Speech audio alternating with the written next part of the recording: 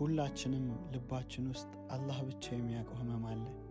አላህ ብቻ የሚያውቀው ህመም ደግሞ መድኃኒቱ አላህ ብቻ።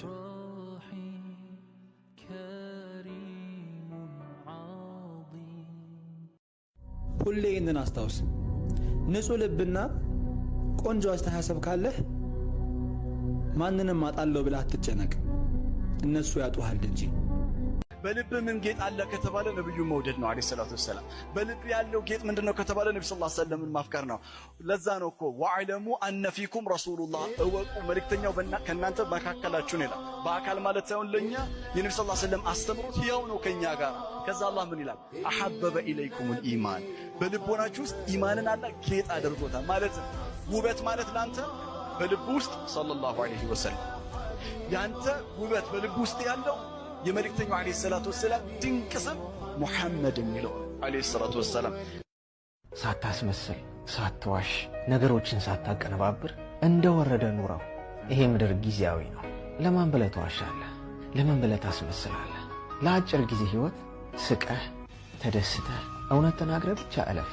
ፈጣሪ ፊት ስትቆም አንገት የማትደፋበትና የማታፍርበትን ነገር አድርግ።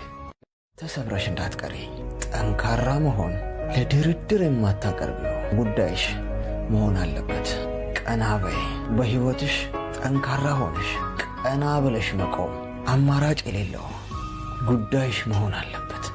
አለበለዚያ ማንም ላንቺ ጥብቅና አይቆምም። ለኸይር ነው፣ ወላሂ ለኸይር ነው።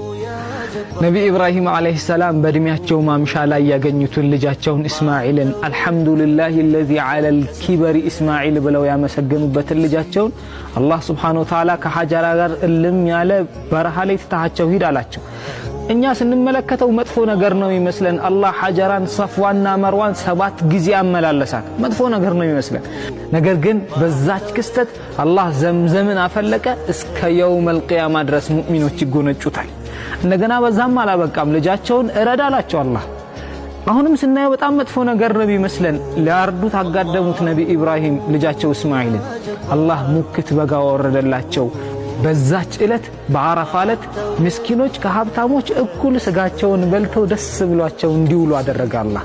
ኡዱሂያ እንደነገገ ለኸይር፣ ወላሂ ለኸይር ነው። ግድ የለህም። አላሁ ያ ጀባሩ ወላሂ ምንም የማያልፍ ነገር የለም። ምንም ከነገሩ ክብደት፣ ካሳማሚነቱ፣ ካጨላለሙ ብዛት የማያልፍ መስሎ ቢታያችሁ ያልፋል። ማለፉ እናንተኑ ራሳችሁን እስኪያስገርማችሁ ድረስ ያልፋል። ትንሽ ብቻ ትዕግስት ይኖራችሁ። ትንሽ ብቻ ትዕግስት።